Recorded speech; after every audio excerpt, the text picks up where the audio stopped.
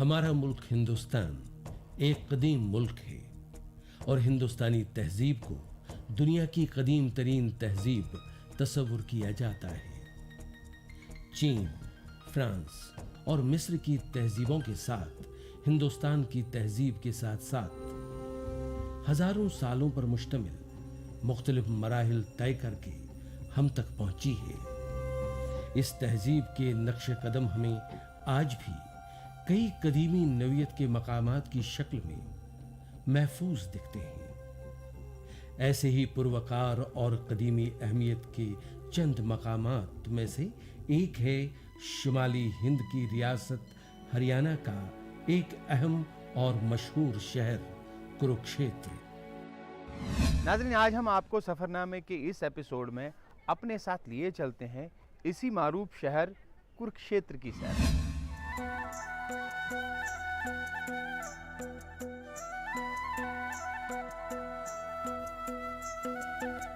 दिल्ली से लगभग 177 किलोमीटर की दूरी पर वाक़ा कुरुक्षेत्र नेशनल हाईवे 1A का एक अहम पड़ाव है जो एक शहर के रूप में एक वसीअरीज़ इलाके में फैला हुआ है।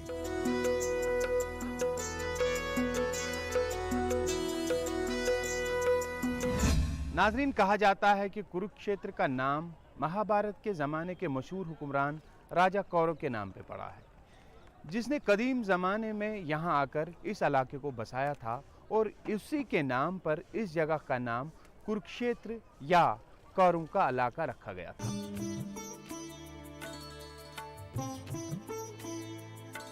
हिंद की एक कदीम शोरे आफाक संस्कृत दस्तावेज वामन पुराण के मुताबिक राजा कुरु ने यहाँ पर बह रहे सरस्वती नाम के दरिया के किनारों पर एक शहर को बसाया था, लेकिन अब इस दरिया का कोई नामो निशान भी नहीं। हिंद के कदीम तारीखी हवालों में इस इलाके को कुरुक्षेत्र, धर्मक्षेत्र, उत्तरवेदी और ब्रह्मवेदी वगैरह नाम भी दिए गए हैं।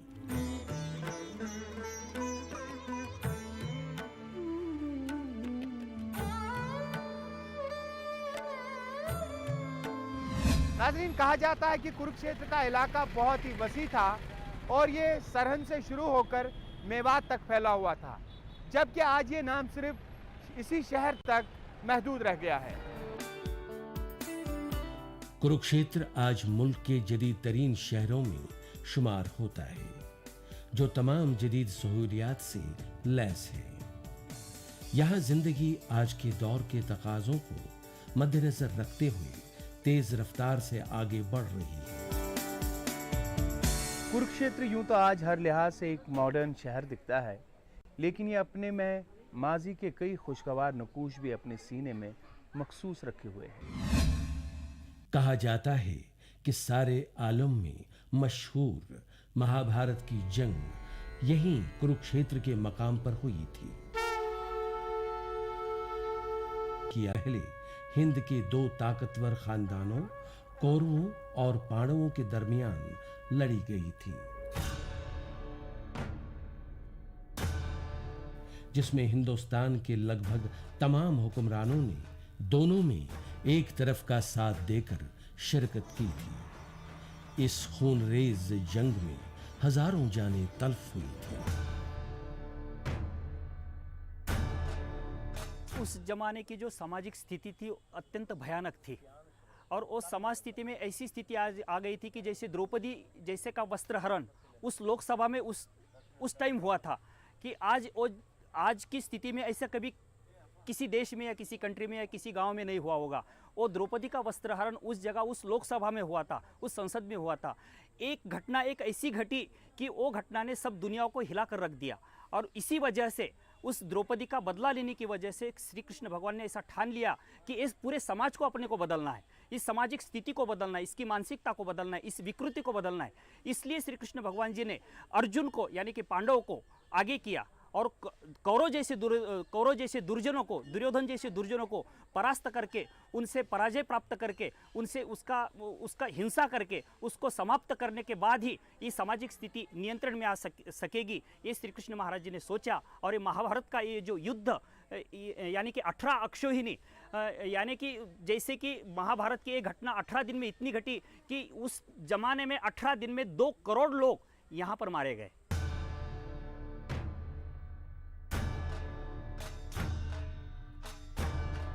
कुरुक्षेत्र का सबसे कदीम मुकाम जो गालिबन इसके वजूद से पहले भी कायम है, वो है थानेश्वर या थानेवर, जो भगवान शिव को वक्फ है। ये तीर्थ या ज़ियारत हिंद के कदीम तरीन ज़ियारतों में से एक मानी जाती है।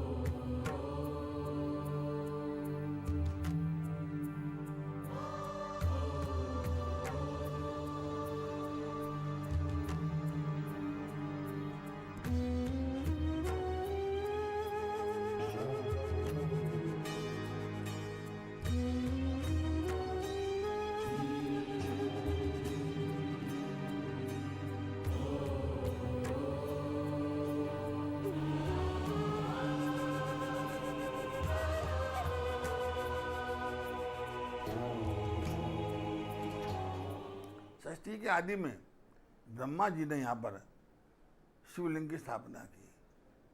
आदिलिंग को माना जाता है। महाभारत काल के अंदर पांडवों ने आकर के कृष्ण जी के साथ भगवान का पूजन किया यहाँ पर विजय की प्राप्ति के लिए, क्योंकि जो क्षेत्र है ये स्थानेश्वर क्षेत्र है।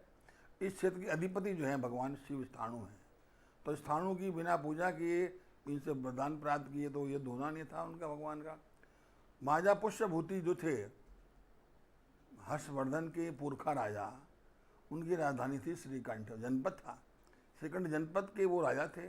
उन्होंने स्थानेश्वर को अपनी राजधानी बनाया, तब से ये स्थानेश्वर राजधानी हुई। मुगल काल में धीरे धीरे वो स्थानेश्वर का नाम अब अपभ्रंश होकर के स्थानेश्वर पड़ गया। स्थान का ईश्वर, जो स्थान का ईश्वर है वो यहाँ विराजमान है। कहते हैं इस महाराजा वेन जो थे, महाराजा वेन को कुष्ठ हो गया था, तो हर्षवर्धन उनके पुत्र हुए, उन्होंने राजा पृथु ने उनके शरीर का अभिषेक किया जल से, बिंदुओं से भगवान शिव के जल से अभिषेक किया और उनका शरीर का कुष्ठ रोग दूर हुआ, उनको मुक्ति प्राप्त हुई। कालांतर में ऋषियों ने, मुनियों ने, सबने तपस्या की, आराधना की, यहाँ पर भगवान को प्रसन्न किया आपने। इसी प्रकार इस युग के अंदर भी जितने जितने बड़े बड़े योद्धा हुए हैं, राजा हुए हैं, यहाँ विजय प्राप्ति के लिए यहाँ पर आए।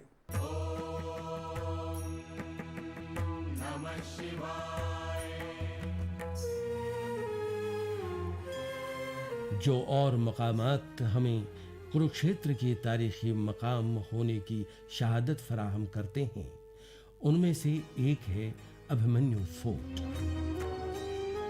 जो महाभारत के जमाने के एक बहादुर और शुजाअत पसंद हुक्मरान अभिमन्यु का किला हुआ करता था। हालांकि एक अरसे दराज गुजरने के साथ इस जगह पर ज्यादा निशानात मौजूद नहीं हैं, फिर भी कहीं न कहीं हमें इस किले के वजूद का पता चल ही जाता है।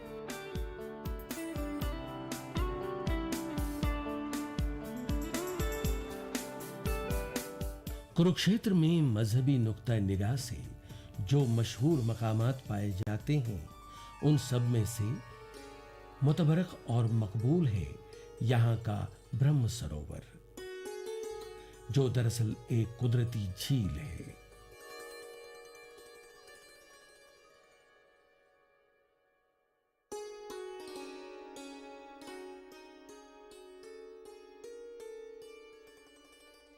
ब्रह्म सरोवर को हिंदू अकायद के मुताबिक बहुत ही मुकद्दस माना जाता है और हिंदू फिरके से ताल्लुक रखने वाले लोगों का ख्याल है कि इस झील में नहाने से सारे गुनाह धुल जाते हैं।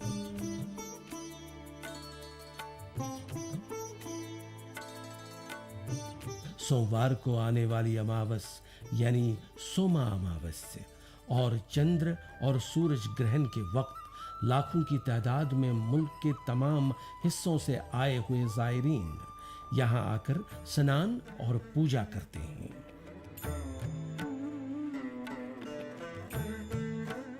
ब्रह्मा जी ने जब सृष्टि बनाई थी, यूनिवर्स बनाया था, तो उस टाइम उनके पास ह्यूमन बींग्स को बनाने की पावर नहीं थी। उस पावर को गेन करने के लिए उन्होंने यज्ञ किया था, जिसमें से एक यहाँ है, एक गया है, पुष्कर है, द्वारका है, 5 जगह यज्ञ किया था उन्होंने, जिसमें से एक ये ब्रह्म सरोवर है, ब्रह्मा जी का यज्ञ कुंड, और यज्ञ कुंड के बीच में सर्वेश्वर महादेव की उन्होंने स्थापना की थी। राजा कुरु, जिनके नाम से कुरुक्षेत्र पड़ा है, जो कौरवों पांडवों के 15 पीढ़ी पहले पूर्वज हुए हैं, उन्होंने उस यज्ञ कुंड को सरोवर में कन्वर्ट कर दिया। कारण ये था कि राजा कुरु को प्रॉब्लम थी कि रात को वो पैरालिटिक हो जाते थे। तो एक दिन वो शिकार कर रहे थे, उस टाइम यहाँ पे सारा जंगल ही था, तो उन्होंने किसी जानवर के ऊपर शिकार तीर छोड़ा, तो तीर जानवर को न लग के सरोवर की मिट्टी में लग गया। तो उन्होंने अपने फिंगर से उस मिट्टी को हटाया और वापस तीर रख लिया। तो वो रात को उनकी फिंगर्स की मूवमेंट हो गई। तो उनकी रानियों ने कहा कि रात को आपकी फिंगर्स की मूवमेंट हुई थी, आपने क्या किया? तो उन्होंने कहा कि मैंने ऐसे ऐसे वहाँ पे मिट्टी हटाई थी। तो उन्होंने कहा कि अगर मिट्टी हटाने से ये है तो वहाँ नहाने से क्या होगा? तो उन्होंने इसलिए उस सरोवर, यज्ञ कुंड को सरोवर में कन्वर्ट कर दिया। यहाँ पे सूर्य ग्रहण का मेला लगता है। सूर्य ग्रहण पे यह कहा जाता है कि जितने भी इंडिया में तीर्थ हैं उन सब का जल इस सरोवर में इकट्ठा हो जाता है। अगर आप यहाँ सूर्य कुंड पर स्नान करते हैं तो जो सूर्य ग्रहण के नेगेटिव इफेक्ट्स हैं वो आपकी बॉडी पे नहीं होते यहाँ नहाने से, और आपको जितने भी तीर्थ हैं उन सब के नहाने का पुण्य लग जाता है। बाकी यहाँ पे पितरों की वो है कि यहाँ के जितने भी कुरुक्षेत्र जो एरिया है 144 स्क्वायर किलोमीटर का, जिसमें 4-5 डिस्ट्रिक्ट जिसमें युद्ध हुआ है, उसके अंदर आपको अपनी अस्थि विसर्जन के लिए हरिद्वार वगैरह कहीं जाने की जरूरत नहीं है। वो यहाँ पे ऑटोमेटिकली ही उनका हो जाता है। जब आप कुछ भी ना कीजिए उनका ऑटोमेटिकली हो जाएगा।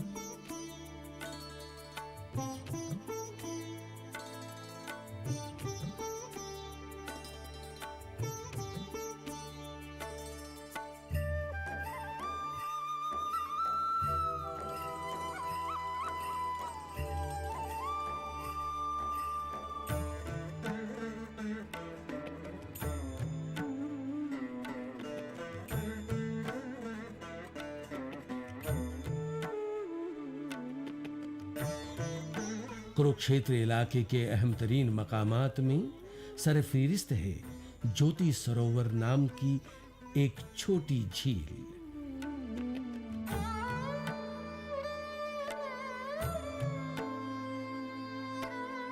कहा जाता है कि इसी मकाम पर भगवान श्री कृष्ण जी महाराज ने अर्जुन के अपने रिश्तेदारों के खिलाफ हथियार उठाने से इनकार करने पर उसको गीता जी का ज्ञान दिया था, जो अब हिंदुओं की एक मुकद्दस किताब बन चुकी है।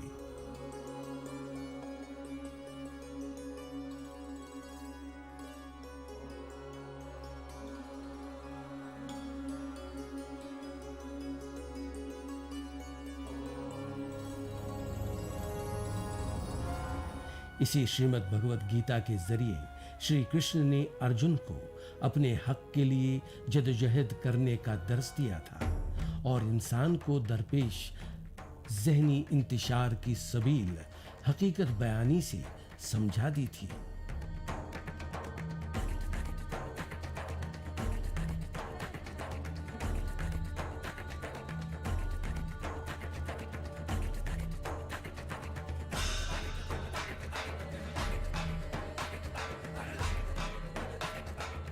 ज्योति यानी ज्ञान और सर यानी सरोवर, ज्ञान का सरोवर।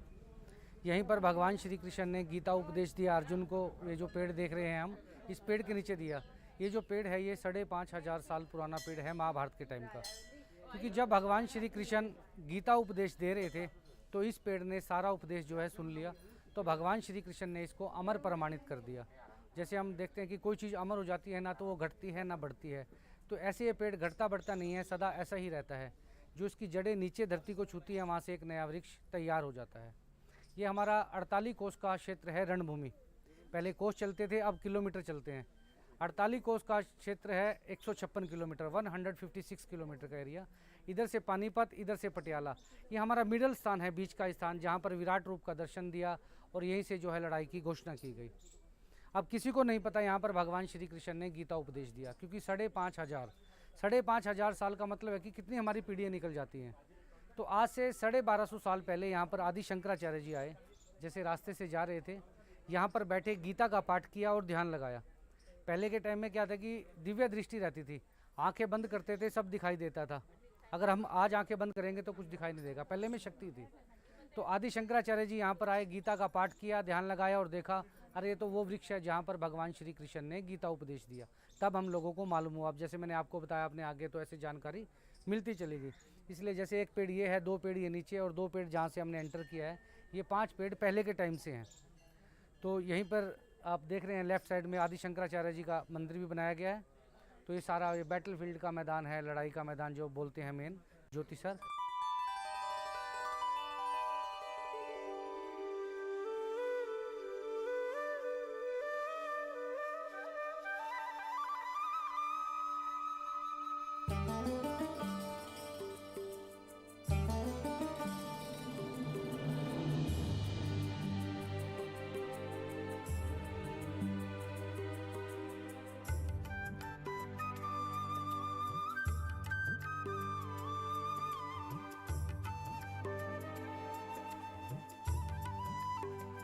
कुरुक्षेत्र के आसपास पाए जाने वाले मजहबी मकामात में से एक और मकाम है बालगंगा गांव।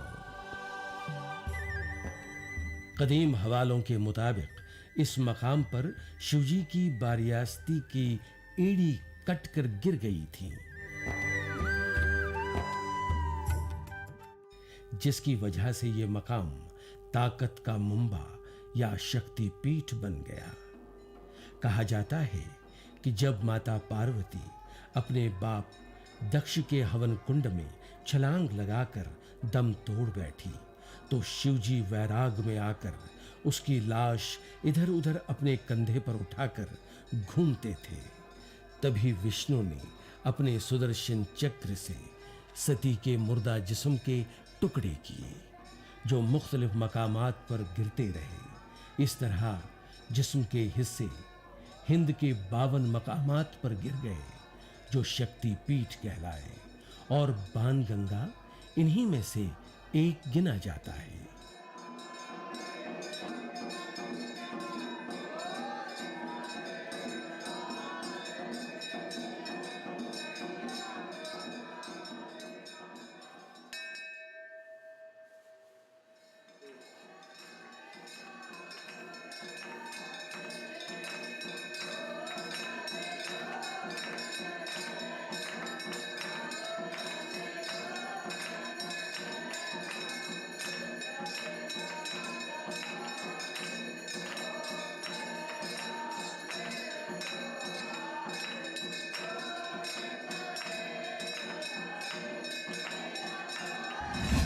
कुरुक्षेत्र में जहां भगवान श्री कृष्ण ने इंसान को खुदाए बरहक को आला व बाला मानकर अपना फ़र्ज अदा करने की तालीम दी, वहीं आज तालीम व तरबियत का एक बेहद मकबूल मरकज़ बना हुआ है।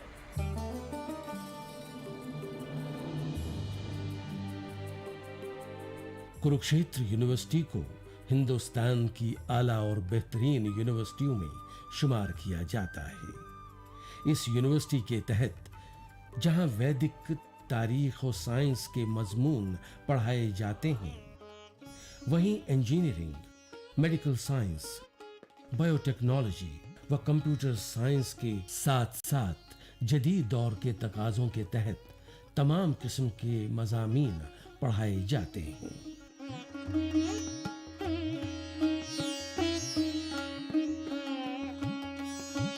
कुरुक्षेत्र यूनिवर्सिटी 1956 में स्थापित हुई थी और ये शुरू हुई थी एक धार्मिक यूनिवर्सिटी के आधार पर, जिसके एक संस्कृत इसका मेन विषय था। फिर धीरे धीरे करके ये जब हरियाणा बना उसके बाद में ये एक इसमें डिपार्टमेंट्स ऐड होते रहे और आज इसमें 48 डिपार्टमेंट हैं जो कि पूरा एम्बिट एजुकेशन का कवर करते हैं। इसका जो फाउंडेशन स्टोन जो रखा था वो भारत के प्रथम राष्ट्रपति डॉक्टर राजेंद्र प्रसाद ने 1956 में रखा था। ये एक हरियाणा में जब ये सबसे पहले यूनिवर्सिटी बनी थी, इसमें से बाकी जितनी भी यूनिवर्सिटीज़ के लिए ये मदर यूनिवर्सिटी है, वो पहले इसके रीजनल सेंटर बने, उसके बाद में आगे वो अपने फुल फ्लेज यूनिवर्सिटीज़ बनती रही।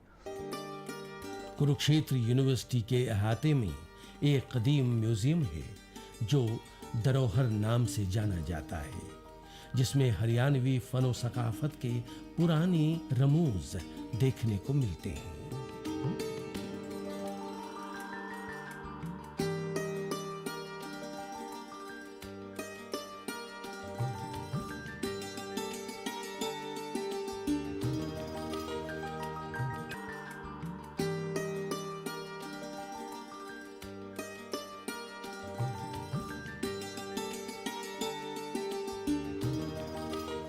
हरियाणा का जो कल्चर है, हमारी जो संस्कृति है, वो लुप्त होती जा रही है। तो इसको कायम रखने के लिए और ताकि आगे वाली पुश्तों को इसका पता लगता रहे, इसकी वजह से ये धरोहर की स्थापना करी गई थी। इसके अंदर में ये तकरीबन 8 साल पुराना है और इसके धीरे धीरे करके इसमें बढ़ोतरी होती रही है और ये आज एक ऐसा संग्रहालय बन गया है जिसके अंदर में पूरे हरियाणा का और ख़ास करके कुरुक्षेत्र यूनिवर्सिटी के बारे में पूरी जानकारी है। हरियाणा का इसका जो संस्कृति है, उसके हथियार हैं, उसके कॉइन्स हैं और उसका जो हिस्टोरिकल पर्सपेक्टिव है, वो सारा इसके अंदर में नज़र आता है। इसी तरीके से कुरुक्षेत्र यूनिवर्सिटी में जिस तरीके से इसका बढ़ावा हुआ, जिस तरीके से ये आगे बढ़ी है, उसकी पूरी हमारे जो प्रोमिनेंट एलुमनाई है, हमारे जो प्रोमिनेंट विजिटर्स आए हैं यहाँ पे, सारे इसमें संग्रहालय में उनको दर्शाया गया है।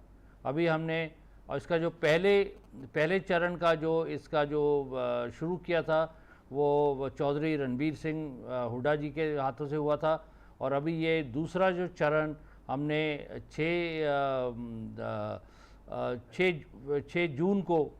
6 मई को शुरू किया था, जिसके अंदर में पूरा जो हरियाणा का जो गांव का जो कल्चर है, किस तरीके से क्या क्या वहाँ पे किस तरीके से लोग रहते थे, किस तरीके से व्यवसाय करते थे, किस तरीके से वहाँ के आर्टिजन्स थे, वो सारा एक स्टॉल्स के हिसाब से दिखाया गया है।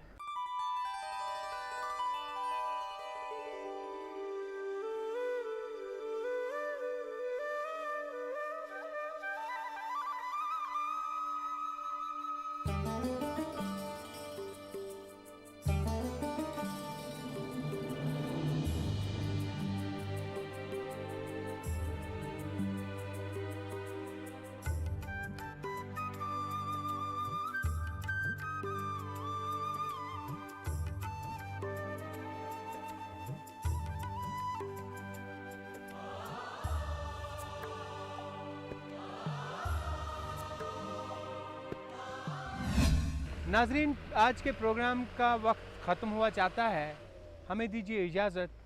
आपसे अगले प्रोग्राम में मिलेंगे हिंदुस्तान के एक बेहतरीन शहर अमृतसर में। तब तक के लिए खुदा हाफिज़।